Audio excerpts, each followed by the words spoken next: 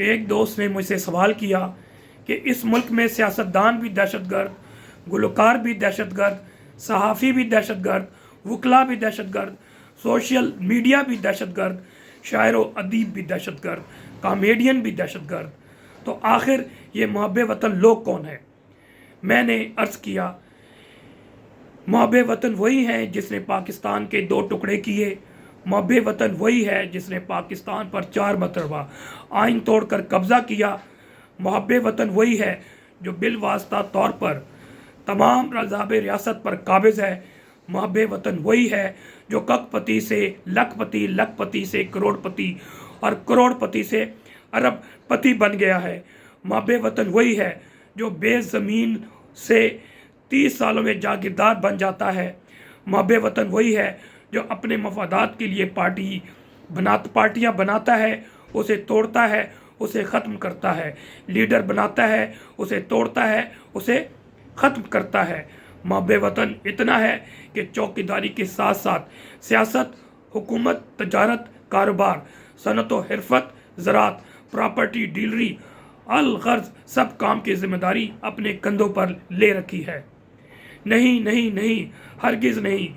यही लोग असल में रोज़े अव्वल से लेकर आज तक करप्ट तरीन लोग हैं, माफियाज के सरगना हैं, कब्ज़ा ग्रुप हैं, आपको कंगाल करने वाले और असल दहशतगर्द हैं। अस्सलाम वालेकुम मेरे पाकिस्तानियों, आप देख रहे हैं law and state with advocate Atiqur Rahman Siddiqui. आज के मेरे वीलॉग का मौजू इमरान खान साहब पर जो 3 अक्टूबर से लेके 18 अक्टूबर तक पंजाब प्रिजन और in coordination with the Punjab government and home department Punjab ban किया है कि उन पर मुलाकात ना हो, उसकी डिटेल कानूनी तौर पे और सियासी इसके रिपरकेशंस के हवाले से, और फिर बताऊंगा कि पाकिस्तान तहरीक इंसाफ में क्या वीकनेसेस हैं, स्पेशली कानूनी जो एक्सपर्टीज़ हैं या कानूनी असिस्टेंस इमरान खान साहब को प्रोवाइड की जा रही है, क्या वो दुरुस्त तौर पे की जा रही हैं या दुरुस्त तौर पे नहीं की जा रही। क्योंकि I am part of Insaf lawyer forum और सबका सीनियर वाइस प्रेसिडेंट भी हूँ, और इंसाफ लॉयर फोरम के मेंबर की हैसियत से 2020 में मैं ही शख्स हूँ कि जो मैंने इस्लामाबाद पीटीआई रीजन के कोऑर्डिनेशन के साथ उस वक्त पाकिस्तान तहरीक इंसाफ के प्रेसिडेंट इस्लामाबाद रीजन फरीद रहमान, फिर अली नवाज साहब, फिर आमिर मुग़ल, लेकिन आमिर मुग़ल से जब से आए हैं वो टोटली पाकिस्तान तहरीक इंसाफ इस रीजन में डिसफंक्शनल है, ग्रास रूट लेवल, यानी कि प्रेसिडेंट पाकिस्तान तहरीक इंसाफ रीजन से लेके अगर यूनियन काउंसिल और वार्ड और ब्लॉक कोर्ट तक देखा जाए तो वहाँ पर कोई तंजीम मुकम्मल नहीं है, ना ही इलेक्शन हुए हैं, ना ही इफेक्टिव है। बहरहाल मैं अपने मौजू पे दोबारा आता हूँ। इसके साथ साथ इंसाफ लॉयर फोरम इस वक्त क्या प्रोवाइड कर रही है legal assistance to the workers और तमाम चीज़ों के हवाले से मैं अपना मुख्तसर सा कोशिश करूँगा तजिया करने की। सबको मालूम है क्योंकि बहुत से व्लॉग कर चुके हैं, मैं उस पर ज़्यादा डिटेल नहीं चाहता, लेकिन पाकिस्तान पीपल्स रूल की आड़ में इन्होंने कहा कि इमरान खान साहब की जान को ख़तरा है, सिक्योरिटी मेजर्स की वजह से हमने पाबंदी लगा दी। ये पाबंदी गैर कानूनी थी और गैर आइनी है। अब सलमान अकरम राजा और दूसरे वकला ने एक पटिशन फाइल की इस्लामाबाद हाई कोर्ट में, जो कि एज़ यूजुअल जो जिस तरह काजी फाइज ईसा साहब ना आइन देखते हैं ना कानून देखते हैं और कंपनी बहादुर के मर्ज़ी के मुताबिक विम के मुताबिक फ़ैसले कर रहे हैं, इसी तरह इस्लामाबाद हाई कोर्ट के जो चीफ जस्टिस आमिर फ़ारूक साहब है उनका रिकॉर्ड भी इसी तरह ब्लीक है जिस तरह काजी फाइज ईसा का है। उन्होंने फौरी तौर पे ये रिट पटिशन अपने पास रख ली। अब मैंने ये जो रिट पढ़ी, मुझे अंदाज़ा था कि there are weakness in the writ petition. बेशक सलमान अकरम का राजा का नाम है, लेकिन ज़रूरी नहीं है कि जो नाम है वो असल काम भी कर रहा हो। मैंने जब ये सारी सिचुएशन थी मुझे अंदाज़ा था कि ये रिट फाइल की है, इन्होंने गलत पैमाने पे की। रिट में मुख्तसर क्या प्रे की गई, पटिशनर थी इमरान खान की छोटी बहन नौरीन न्याजी साहिबा, और फिर सलमान अकरम राजा के ज़रिए ये रिट फाइल की गई और उसमें एक ही प्रे किया गया कि जनाब इमरान खान साहब पे मुलाकात पर पाबंदी है और मैं बहन हूँ और मैं मिलना चाहती हूँ, इसलिए मुझे मुलाकात करवाई जाए। और इसी तरह स्टीरियोटाइप की जिस रिट तैयार की गई थी, स्टीरियोटाइप का फैसला कर दिया गया, क्योंकि कानून की नज़र में सब बराबर हैं।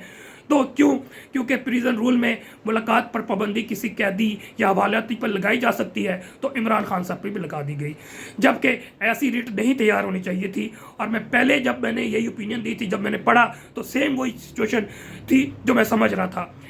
रिट में प्रे के साथ ये लिखना चाहिए था कि इमरान खान जो है पाकिस्तान के वज़ीर आज़म रह चुके हैं, पाकिस्तान की सबसे बड़ी पार्टी के अभी भी बानी हैं, और मैं समझता हूँ उनको लीड कर रहे हैं। और फिर इसके साथ जो प्रे में करना चाहिए था कि इमरान खान साहब की जो है ना जान को ख़तरा है, और मेरी यानी कि उनकी बहन कहती कि मेरी इंफॉर्मेशन के मुताबिक और दीगर ज़राए इंफॉर्मेशन के मुताबिक इमरान खान की ज़िंदगी को ख़तरा है और उन पे तशद्दुद किया जा रहा है, और उनके मुलाकात के पाबंदी के साथ उनको कैद तनाई पे भी रखा गया है, और हमारी इतला के मुताबिक ना उनको प्रॉपर खाना दिया जा रहा है, ना परहेज़ी खाना दिया जा रहा है, और उनकी सेहत को ख़तरा है। उनको कान में प्रॉब्लम थी, उनके दांतों की प्रॉब्लम थी, यानी कि जो वो प्रॉब्लम कर सकते थे उनको नहाने नहीं दिया जा रहा, उनको सेल से निकलने नहीं दिया जा रहा, उनको वॉक करने नहीं दी जा रही, उनको एक्सरसाइज करने नहीं दिया जा रहा। तो हम देखना चाहते हैं, क्योंकि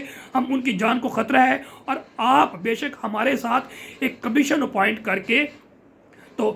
इमरान खान साहब के पास भेजें, ताकि हमें तसल्ली हो जाए कि इमरान खान को in accordance with the jail manual और वो ठीक उनको दी जा रही है, डॉक्टर्स उनको डेली चेकअप कर रहे हैं, क्योंकि हमारी इतला के मुताबिक डॉक्टर को भी एक्सेस नहीं दी जा रही। कमीशन अपॉइंट करते हैं जिसमें इस्लामाबाद हाई कोर्ट के भी अफराद होते, वकला भी होते और डॉक्टर्स भी होते, और फिर फौरी तौर पे जिस तरह एक बेलेफ अपॉइंट होता है किसी भी कोर्ट केस में या क्रिमिनल केस में, इसी तरह एक कमीशन अपॉइंट करके फिर फॉर उनको विजिट करवाया जाए। लेकिन ऐसी कोई प्रे नहीं थी, बट अनफॉर्चुनेटली ऐसा हुआ, और फिर इनको ICA में जाना चाहिए था, लेकिन मेरी इतला के मुताबिक ICA में नहीं गए। अब दीगर पहलू से आते हैं कि बार बार आप सुनते होंगे, बड़ी मैं डिस्क्लोजर कर रहा हूँ, ये बहुत इंपॉर्टेंट है, इसको मद्देनज़र रखिएगा कि हर शख्स कहता है कि इस्लामाबाद इमरान खान साहब की लीगल टीम या member of the legal team of Imran Khan लोग इस्तेमाल करते हैं। तो प्रैक्टिकली मैं आपको वजारत तो डिस्क्लोज कर रहा हूँ, ये बड़ी आपके लिए हैरानी की बात होगी, लेकिन ऐसा ही है। यकीन जानिए कि कोई भी काम आप जब तक ऑर्गेनाइज एक टीम के तौर पे काम नहीं करते, कोई भी काम प्रॉपर तरीके से नहीं होता, ऑर्गेनाइज वे में नहीं होता। तो इमरान खान साहब की कोई लीगल टीम सिरे से है ही नहीं, ये मेरा दावा है आपको। अब लीगल टीम क्या होती? फॉर एग्जांपल ये कॉन्स्टिट्यूट किया जाता है इमरान खान साहब की हिदायत पे, और उसमें वेटरन लॉयर्स भी होते जो कि लाहौर से और ख़ासकर लाहौर और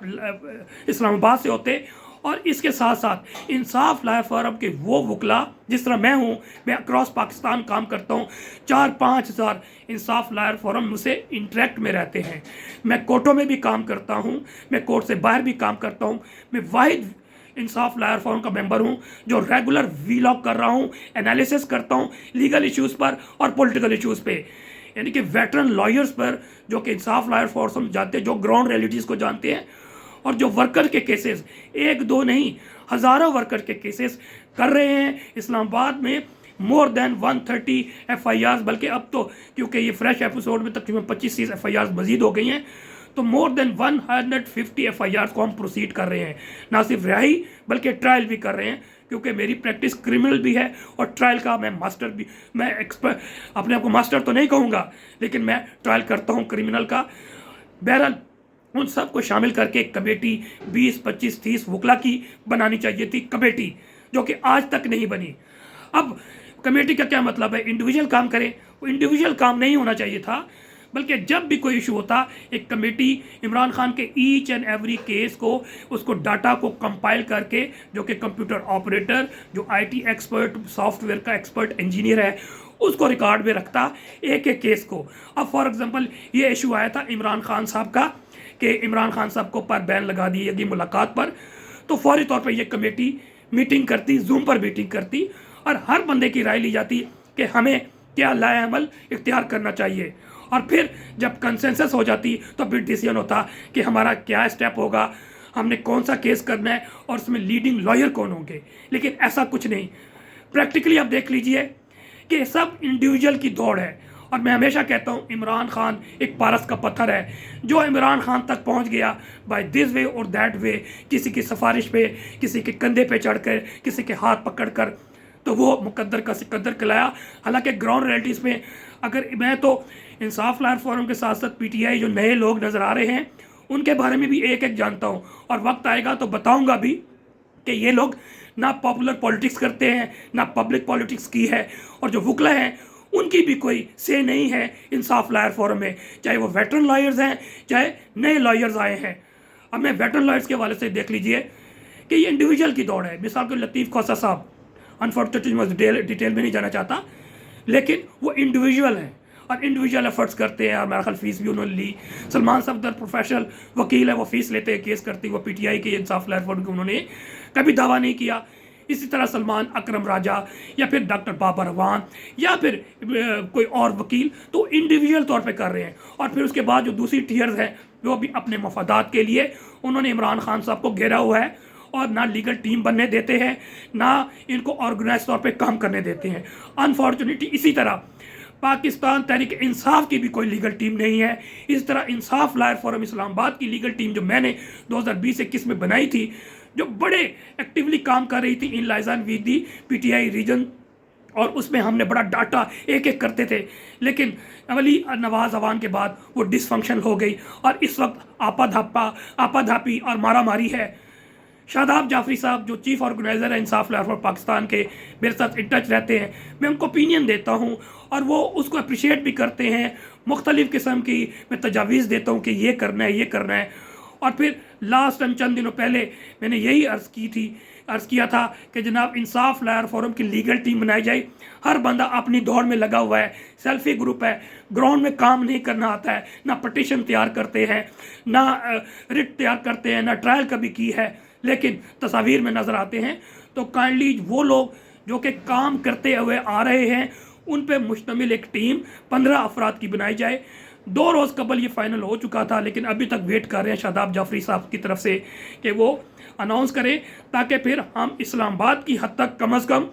उसको ऑर्गेनाइज वे में काम करें और उसका डाटा कलेक्ट करके हर रोज़ शाम को वो उनके वर्सा जो लवाकीन मौजूद हैं उन तक भी पहुँचाएँ, और पीटीआई को भी मालूम होता रहे कि इस्लामाबाद में इस वक्त कितने FIRs हुई हैं, कितने हमारे वर्कर्स अरेस्ट हुए हैं, कितने शनाख्त परेड पे हैं, कितने फिजिकल रिमांड पे हैं, कितने बेल आउट हो गए हैं, कितने रह गए हैं, और कब तक इनको हम रिहा कराने में कामयाब हो जाएंगे। तो मेरी रिक्वेस्ट ये होगी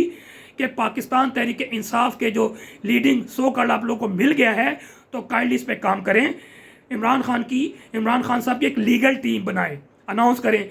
जिसमें 25-30 वेटरन के साथ साथ इंसाफ लायर फोरम, उनमें लाहौर के चंद अफराद और इस्लामाबाद के जो काम कर रहे हैं उनको शामिल करें। इस तरह पाकिस्तान तहरीक इंसाफ की लीगल टीम बनाई जाए और इंसाफ लायर फोरम इस्लामाबाद की भी एक लीगल टीम बनाई जाए, जो पॉपुलर लोगों पे, जो काम करने वालों पर, जो ट्रायल करते हैं, जो कि हमेशा करते हुए आ रहे हैं, उन पे टीम बनाई जाए, तो हम बेहतर तौर पे वर्कर्स को और पीटीआई लीडरान को हम असिस्ट कर सकते हैं, उनको हेल्प आउट कर सकते हैं। बाकी जो शैतानी आइनी तरामीम आ रही है, मैं नेक्स्ट व्लॉग पे इंशाल्लाह इस पे पूरा, स्पेशली जो हमारे आइन के साथ खिलवाड़ करके हाई कोर्ट को और सुप्रीम कोर्ट को उसका कॉन्स्टिट्यूशनल पावर लेके उनको टूथलेस करके एक मजिस्ट्रियल कोर्ट में कन्वर्ट करने की साजिश हो रही है। इंडिपेंडेंस ऑफ जुडिशरी का जो ट्राइकोटमी ऑफ पावर का में कॉन्सेप्ट है, उसको ख़त्म करके ये बातिल, ये फस्ताई ताकत पूरे पाकिस्तान को, आवाम को ग़ुलाम बनना चाहते हैं, पाकिस्तान को तबाह करना चाहते हैं। उस हवाले से इंशाल्लाह आर्टिकल वाइज जो अमेंडमेंट्स आ रही हैं, चाहे वो आर्टिकल 175 में आ रही हैं, 177 में आ रही है, 191 में आ रही हैं, 199 में आ रही हैं, 209 में, 2010 में जो रिलेटेड आर्टिकल्स है, इंशाल्लाह उसको हम मुहासबा करेंगे। नेक्स्ट व्लॉग तक के लिए इजाज़त दीजिए। वस्सलाम। पाकिस्तान जिंदाबाद, अवाम जिंदाबाद।